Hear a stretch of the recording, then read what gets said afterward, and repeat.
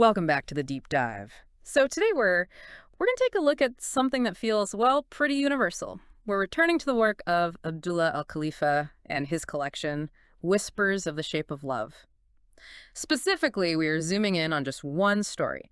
It's called The Heart's Return. And this isn't, just a story about romance. If you're listening and thinking, oh, I'm not really in the mood for a love story, just pause for a second. This is actually more of a case study on trauma, on resilience, and the terrified mechanics of trying to trust again after your world has been just blown apart. That's what hooked me. I think most of us have that one thing, a breakup, a loss, some huge failure, where afterwards you just look in the mirror and think, okay, never again. You build a wall. Yeah, you install a whole security system. It's pure self-preservation. Yeah. And The Heart's Return really explores this one specific question. Is it even possible to love without that paralyzing fear of losing it all? Or, to put it another way, can you ever feel safe again once you know how easily that safety can be shattered? That's heavy. But it's necessary. So, okay, let's set the scene. Al-Khalifa paints this incredible picture of the world before we even meet the characters. We're in a kingdom that's been lost to the sands of time. You've got mountains brushing the heavens, rivers that whisper secrets. It feels very high fantasy. It's mythic. And that's a very deliberate choice. By putting the story in this lost kingdom, he's basically telling us we're entering a space of, heightened emotion. It's a fable. And in this fable, we meet Isolde in her before state. This is so crucial because to understand the fall, you have to understand the height she fell from. Right. Isolde isn't just happy. She's like living in a dream. She's married to a man named Adric, and Adric is, well, he's the archetype, isn't he? Well, he is the quintessential warrior archetype. The text tells us he's the son of the kingdom's bravest fighter. Their love is described as blossoming like vibrant flowers. It sounds so loud and colorful and public. It is. It feels very much like young love to me. Yeah, defined by freedom in this sense of, immortality, like nothing bad can ever happen to us because, well, we're us. That is the fairy tale stage. In psychological terms, it's a relationship that has never been tested by the erosion of reality. Adric represents a love that is almost performative. It's solar, it's bright, and it burns hot. But the weakness of that kind of love is that it completely relies on everything going right. And of course, things go very wrong. Duty calls. Adric leaves for war. And this part of the story felt so relatable. The waiting for news and then the letters just stop coming. The silence creeps in. That silence is a character in itself. Yeah. The author directly contrasts the whispering rivers of the kingdom with the silence of Isolde's home. And when the news finally arrives that Adric has fallen on the battlefield, notice what happens to her. She doesn't just cry. She retreats. The text says she closed her heart. It's like a mechanical shutdown. It is a total system failure, followed by a reboot in, safe mode. She has a son, Eamon, to protect. So she decides that the variable that caused all this pain, love, vulnerability, openness, that variable needs to be eliminated. She's not doing it to be cold. She's doing it to survive. She builds a fortress. I think we've all been there to some degree. You decide, if I don't let anyone in, no one can leave me. Exactly. But there's a cost, right? Yeah. Isolation. The story then jumps forward years. Yeah. Seasons change. The world keeps moving. But Isolde is frozen. She's stuck. That wound is still there unhealed because she won't let any air get to it. So enter the catalyst. And this is where the author just flips the script, because you'd expect another warrior to come and save her. To fill Adric's shoes. Yeah. That would be the cheap romance novel version. But Al-Khalifa gives us Kieran. And Kieran is the anti-Adric. He's a traveler, a wanderer. He's walking through the market with stormy eyes and a warming smile. But the kicker, he's a healer. Yes. He's literally there offering his services for food and shelter. And just think about the symbolic difference. Adric was a taker of lives, a warrior. Kieran is a preserver of life. Adric was about glory. Kieran is about service. When Isolde first meets him, she doesn't swoon. She flinches.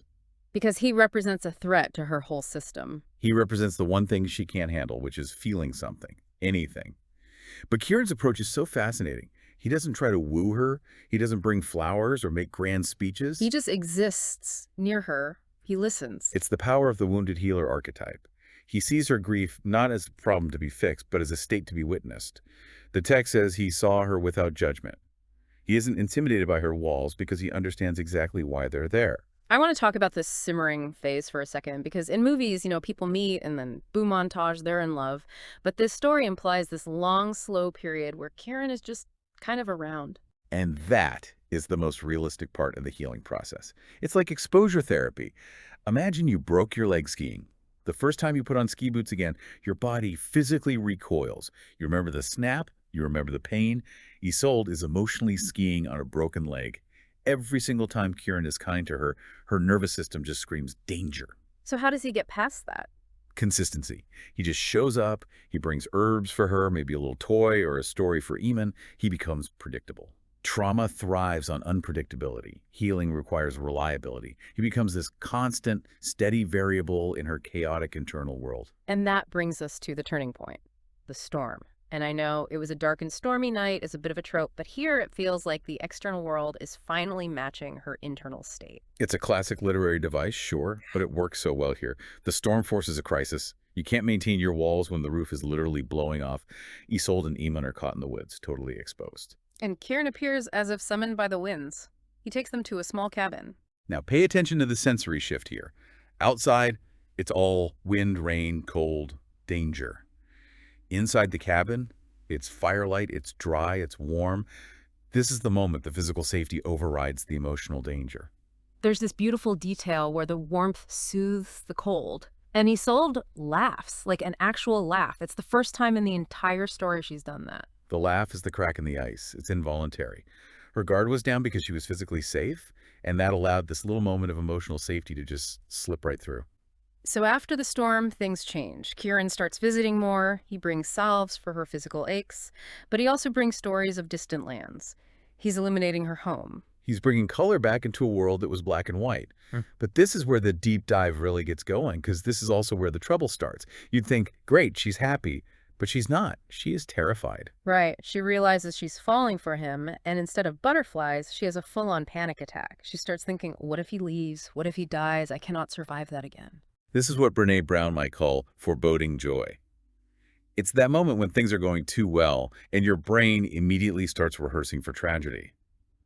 The Ulz equates love with loss. To her, they are two sides of the same coin. If she picks up the coin of love, she knows the other side is pain. The text says, the dread of loss overshadowed any desire for happiness. That is such a crushing line. It's paralysis. It's a paralysis of memory. True. Her brain is screaming at her, we have data on this. The last time we did this, we almost died. It's a biological response to a perceived threat. She wants to run. She wants to push Kieran away to save herself. Which leads us to the climax. And I love that the climax of this story isn't a dragon fight or some duel. It's a conversation on a tranquil evening. It's so quiet. It's the hardest conversation to have, though. Kieran senses her withdrawal. He knows she's looking for the exit, and he decides to just confront the elephant in the room. He takes her hand, and what he says, I mean, honestly, if someone said this to me, I'd probably melt. That is not your typical romantic line. He says, I cannot promise that life will be easy or that we won't face pain again. Let's just pause on that. That is radical honesty.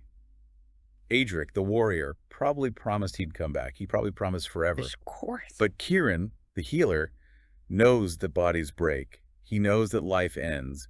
He refuses to lie to her. He acknowledges the risk, but then he follows it up with, but I promise to stand by you and not abandon you or Eamon. And that is the difference between fairy tale love and what we can call grounded love. Fairy tale love promises a perfect outcome. Grounded love promises a consistent presence, regardless of the outcome. He's saying, I can't stop the rain, but I will hold the umbrella with you. And that's the key that unlocks her, isn't it? Isolde has this massive epiphany. She realizes that Kieran isn't Adric. She realizes she isn't loving a ghost. But, maybe more importantly, she realizes Kieran loves her, as she is. Not the girl she was before the war. The innocent flower-crowned girl. He loves the woman with the scar tissue. He loves the survivor. That is such a vital distinction. I think we often try to hide our damage when we start seeing someone new. You want to present the best version of yourself, but Kieran has already seen the worst parts, the grief, the fear, and he's staying. That is what creates safety. If I only show you my strength, I'll never know if you can accept my weakness. Kieran has seen her weakness. He's seen the retreat. And he's still sitting there on the porch. That realization allows Isolde to completely redefine what love is. It's not about guarantees. No. There are no guarantees in the human experience. Isolde finally understands that love is the act of choosing to trust despite the uncertainty. It's looking at that coin, knowing it has a dark side, and pocketing it anyway. So she kisses him, the walls come down. And the story tells us their love becomes this legend passed down through generations, a story of love unbroken even by fear. Which brings us all the way back to the author, Abdullah al-Khalifa. In the source notes for the collection, he talks about his philosophy. He writes that true connection is felt, not forced. And that it speaks and whispers. Exactly. Think about the audio dynamics of this story. Adric was loud war, cheering crowds, galloping horses. Kieran is quiet whispering rivers, the rustle of herbs, a quiet conversation. Al-Khalifa is suggesting that the deepest kind of healing happens in the quiet. We live in such a noisy world, and we expect love to be a marching band. But sometimes, love is just someone sitting next to you on a bench, not saying a word, just being there. That really resonates. It's the difference between performing a relationship and inhabiting one. Inhabiting is the perfect word for it. So we've unpacked the story, we've looked at the archetypes, but I want to circle back to the listener for a second. Why does this all matter? What do we take away from Isolde and Kieran? I think the moral here is a little uncomfortable, but ultimately liberating. The story tells us you cannot selectively numb emotion. If you numb the grief, you also numb the joy. Isolde tried to block out the pain of Adric's death, but in doing so, she blocked out all the sunlight too. So the price of admission for love is the possibility of pain. Always. And the story argues that the price is worth paying, because the alternative is a fortress of silence. I also really love the idea that healing isn't a reset button. That's the so what for me. We often think of healing as like restoration fixing a dent in a car so it looks like it never happened. But human beings are not cars. Isolde didn't go back to being the woman she was with Adric. She became someone new, someone deeper, maybe a little sadder, but also so much stronger. She incorporated the loss into her new life. Right. There's this Japanese art form called kintsugi, where they repair broken pottery with gold lacquer. The break is still visible, but it becomes part of the object's beauty. Kieran didn't try to hide Isolde's cracks. He filled them with gold. That is a beautiful image. It challenges us to look at our own lives. Where are we holding on to some before picture? Where are we refusing to let a Kieran in because they don't look like the Adric we lost? It's a brave thing to do, to say, okay, this might hurt, but I'm going to do it anyway. And that's the provocative thought I want to leave everyone with. We usually think of bravery as, charging into battle. But maybe the ultimate bravery is just sitting in a warm cabin with someone, knowing the storm is outside, knowing the fire will eventually go out, and choosing to hold hands anyway. Is the deepest love the one that acknowledges it could end, yet chooses to stay? Bravely ever after. Bravely ever after. I like that. You too. Well, if you want to sit with these quiet moments a little longer, the book is Whispers of the Shape of Love by Abdullah al-Khalifa.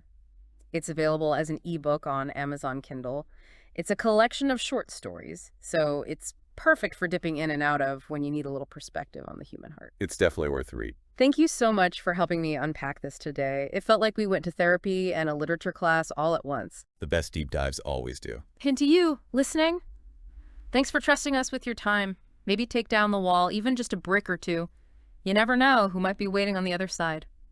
We'll see you on the next deep dive.